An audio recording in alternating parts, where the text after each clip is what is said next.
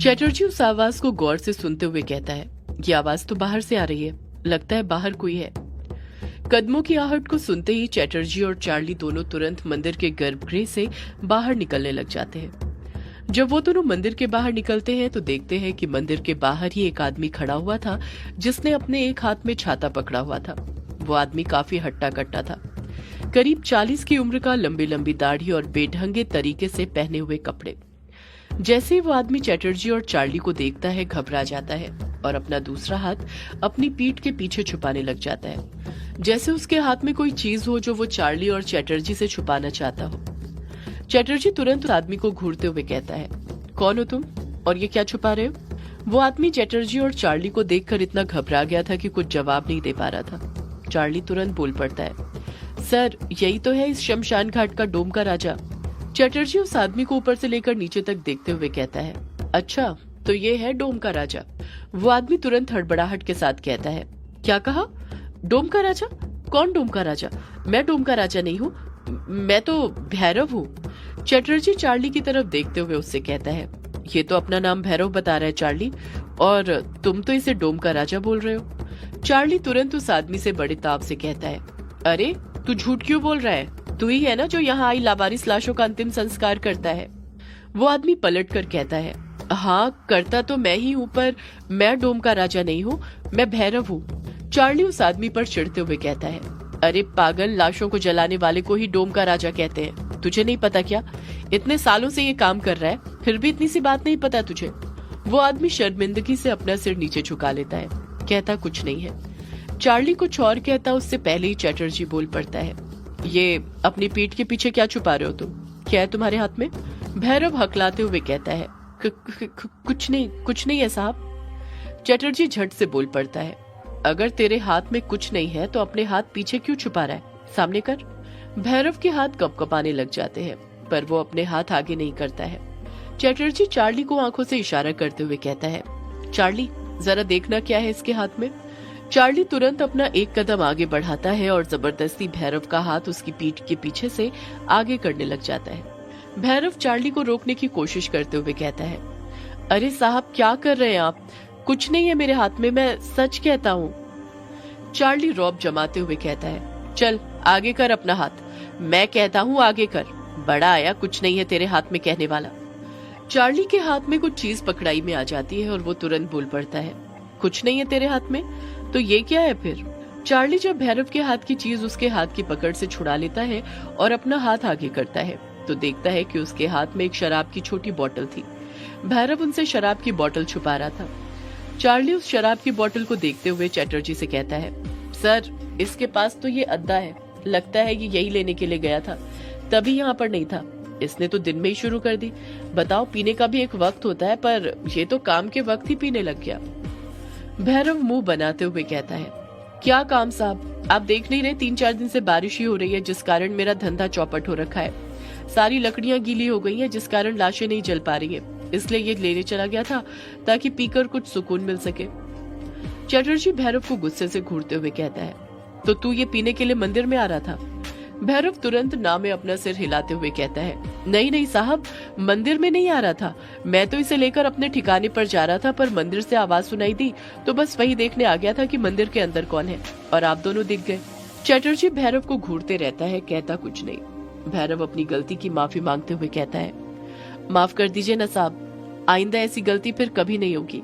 मेरी मजबूरी समझिए, काम नहीं था इसलिए चला गया था, वरना मैं काम के वक्त कभी नहीं पीता हूँ। चटर्जी जानता था कि भैरव से बहस करना बेकार था, इसलिए वो सीधे मुद्दे की बात करते हुए कहता है, ठीक है, ये बता, तेरे पास कमली की लाश भिजवाई थी उसका अंतिम संस्कार करने, तो उसकी लाश को तूने जला दिया था ना? भैरव अपना सिर खुजाते हुए कहता है, कमली? कौन कमली साहब? चटर्जी को जवाब देता उससे पहले जिस तरह चटर्जी ने चार्ली को कमली के बारे में बताया था, ठीक उसी तरह चार्ली भैरव को कमली के बारे में बताते हुए कहता है, अरे वही कमली जो देह का व्यापार करती थी, उसके चर्चे तुमने नहीं सुने क्या? 1 महीने पहले भेजी थी ना उसकी लाश यहाँ पर। भैरव अपने सिर को खुजाते हुए कहता है, साहब मुझे कुछ याद नहीं आ रहा, यहाँ तो आए दिन कई लाशें आती रहती हैं जलने के लिए, अब सबके नाम थोड़ी पूछते रहते हैं, हम तो सीधे जला देते हैं। चटर्जी अपने गुस्से पर काबू करते हुए कहता है, चार्ली इसे फोटो दिखाओ कमली की।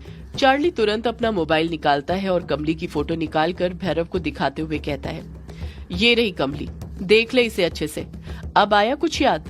भैरव कमली की फोटो देखने लग जाता है। जैसे ही भैरव कमली की फोटो देखता है, उसके हाथ पैर कपकपाने लग जाते हैं, चेहरे के एक्सप्रेशन बदलने लग जाते हैं, आंखों में एक अजीब सा डर दिखाई देने लग जाता है। इन सब चीजों को देखकर चटर्जी समझ जाता है कि कुछ तो गड़बड़ जरूर थी, तभी भैरव इतना घबरा रहा था कमली की तस्वीर देखकर। चटर्जी गुस्से के साथ भैरव से कहता है, अरे चुप क्यों है, कुछ बोलता क्यों नहीं? बता, इसकी लाश का तूने दाह संस्कार किया था या नहीं? भैरव डर के साथ ही हकलाते हुए कहता है, हाँ साहब, इसकी लाश यहाँ पर आई तो थी दाह संस्कार के लिए 1 महीने पहले। चटर्जी झट से बोल पड़ता है, तो फिर उसकी लाश को जला दिया था ना तूने? भैरव कुछ देर रुक जाता है, जैसे वो कुछ सोच रहा हो, और फिर अगले ही पल हिचकिचाहट के साथ बोल पड़ता है, हाँ साहब, जला दिया था। चटर्जी भैरव की आंखों का डर भांप लेता है और उसे गुस्से के साथ घूरते हुए कहता है, सच सच बता, झूठ मत बोल, लाश को जलाया था या नहीं? भैरव अपनी बात पर अडिग रहते हुए कहता है, हाँ साहब, जला दिया था। चटर्जी भैरव को घूरते हुए कहता है, सच बोल। चार्ली मन ही मन सोचने लग जाता है, ये साहब बार बार उससे एक ही बात क्यों बोल रहे? अब बता दो दिया कि जला दिया था इसने। ये साहब भी ना भैरव के पीछे ही पड़ गए, पता नहीं क्या चल रहा है इनके दिमाग में। चटर्जी भैरव पर दबाव बनाते हुए फिर उससे पूछ पड़ता है, चुप क्यों है, सच बोल, कमली की लाश को जलाया था या नहीं? भैरव एक लंबी आह भरते हुए कहता है, नहीं साहब, नहीं जलाया था। जैसे ही भैरव ये जवाब देता है, चार्ली शॉक्ड रह जाता है। चार्ली मन ही मन सोचने लग जाता है, ये भैरव तो बदल गया। चार्ली कुछ और सोच पाता उससे पहले ही चटर्जी तुरंत चार्ली से पूछ पड़ता है, अगर जलाया नहीं था तो फिर क्या किया था उसकी लाश के साथ तूने? भैरव कुछ जवाब नहीं देता है, खामोशी के साथ खड़ा रहता है। उसकी आंखों में एक डर था, जैसे वो उस पल को याद करने से भी घबरा रहा हो। चटर्जी गुस्से के साथ भैरव से फिर पूछ पड़ता है, चुप क्यों खड़ा है, मेरे सवाल का जवाब दे, क्या किया था तूने उसके शरीर के साथ? भैरव घबराते हुए जवाब देता है, मैंने कुछ नहीं किया था साहब, जो किया था उसने किया था। चटर्जी अपनी दोनों भवें एक साथ ऊपर उठाते हुए हैरानी के साथ कहता है, उसने किया था? किसने, क्या किया था? भैरव लंबी लंबी आहें भरते हुए जवाब देता है, साहब मैं बताऊंगा तो आप यकीन नहीं करेंगे कि उस रात क्या हुआ था। चटर्जी चिढ़ते हुए कहता है, अरे पहले तू बता तो हुआ क्या था? भैरव चार्ली और चटर्जी को सब कुछ बताते हुए कहता है, साहब 1 महीने पहले जब कमली की लाश यहाँ पर लाई गई थी तो उसकी लाश को लाते लाते ही शाम हो गई थी।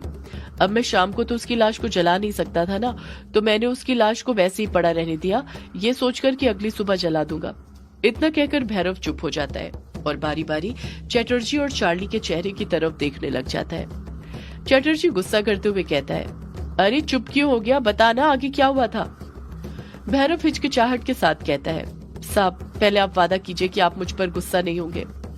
चटर्जी गुस्से के साथ ही कहता है, तू बता तो पहले भैरव, अगर तू फिर रुका ना तो तेरी खैर नहीं। चटर्जी का गुस्सा देखकर भैरव अगले पल बोल पड़ता है, साहब उस दिन ना दिन में ही बहुत सारी लाशें आ गई थी, करीब 5-6। उनको जला जला कर मैं थक गया था। फिर जब शाम हुई तो थकान मिटाने के लिए मैंने एक अद्धा चढ़ा लिया था। चार्ली बीच में बोल पड़ता है, तो उस दिन भी तूने काम के वक्त पी रखी थी? भैरव कहता है, काम के वक्त कहाँ पी थी साहब, वो तो काम के बाद पी थी। चटर्जी गुस्सा करते हुए कहता है, तूने जब भी पी हो मुझे कोई मतलब नहीं, तू ये बता कमली की लाश का क्या हुआ? भैरव पलट कर कहता है, साहब मेरा ना अद्धा चढ़ाकर हो गया था और मैं यहीं पर शमशान में सुकून के साथ बैठा हुआ था, पर तभी मुझे एक अजीब सी गंध आने लग गई। चटर्जी भैरव को टोकते हुए कहता है, गंध? कैसी गंध? भैरव जवाब देता है, सड़ी हुई लाश की गंध। चार्ली मुंह बनाते हुए कहता है, अब शमशान में रहेगा तो सड़ी हुई लाश की गंध तो आएगी ही ना, इसमें क्या नई बात है? भैरव तुरंत बोल पड़ता है, साहब नई बात है क्योंकि सड़ी हुई लाशों की गंध सहने की तो मुझे आदत हो गई है, पर उस रात ऐसी गंध आ रही थी कि मैं आपको क्या बताऊं, ऐसा लग रहा था जैसे कई सारी लाशें सालों से सड़ रही हो। जब मैंने उस गंध का पीछा किया तो पता चला वो गंध किसी और लाश में से नहीं बल्कि जो कमली की लाश में से आ रही थी। मेरी भी समझ में नहीं आ रहा था कि ऐसा कैसे हो रहा था, एकदम से उसमें से ऐसी गंध कैसे आने लग गई थी, पहले तो नहीं आ रही थी। मुझसे वो गंध बिल्कुल भी सहन नहीं हुआ, इसलिए मैंने सोच लिया था कि मैं उसको रात ही रात में जला दूंगा ताकि अगला अद्धा जो रखा हुआ था उसे भी सुकून के साथ पी सकूं। मैंने कुछ ही देर में सारी तैयारी कर ली थी उसकी लाश को जलाने की, पर जब मैं उसकी लाश को जलाने के लिए जा रहा था तब भैरव के इतना कहते ही उसकी आंखों के सामने वो पल गुजरने लग जाता है जब वो कमली की लाश को जलाने वाला था। रात का वक्त था, शमशान में भैरव के अलावा कोई और नहीं था। कमली की लाश वहीं पर रखी हुई थी जिस पर कफन चढ़ा हुआ था। भैरव लाश जलाने के लिए लकड़ियों की सेज तैयार कर रहा था। भैरव नशे में था जिस कारण वो लकड़ियां भी ढंग से नहीं उठा पा रहा था। भैरव नशे में लकड़ियों की सेज तैयार करते हुए कहता है, ये लड़की को ना मरने के बाद भी चैन नहीं मिल रहा है। पता नहीं क्या खाती थी, कितनी गंदी बदबू आ रही है इससे। अगर अब इसे जल्दी से नहीं जलाया तो मैं तो ये बदबू सूंघ कर ही बेहोश हो जाऊंगा। भैरव यही सब बड़बड़ाते हुए लकड़ियां जमाए जा रहा था। शव की सेज तैयार हो गई थी और वो कमली की लाश को उठाने के लिए जा रहा था। भैरव कमली की लाश को उठाने के लिए जा ही रहा था कि तभी एक तेज हवा का झोंका आता है और वो हवा का झोंका इतनी तेज आया था कि शमशान घाट की मिट्टी उड़ने लग जाती है, जो सीधे भैरव की आंख में घुसने लग जाती है। भैरव अपने दोनों हाथों से अपनी आंखों को बचाने की कोशिश करते हुए कहता है, ये क्या हो रहा है? ये आंधी कहां से आ गई? कुछ ही देर में जब हवा का झोंका रुक जाता है तो भैरव देखता है कि कमली की लाश पर का कफन उड़ गया था। कमली का शरीर दिखने लग गया था।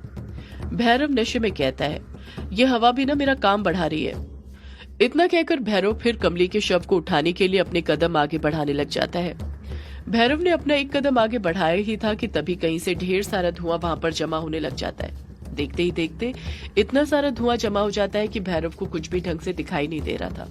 भैरव हैरानी के साथ कहता है, ये इतना सारा धुआं कहां से आ रहा है? अभी तक तो मैंने इसकी लाश को जलाया ही नहीं है, फिर ये धुआं कैसा?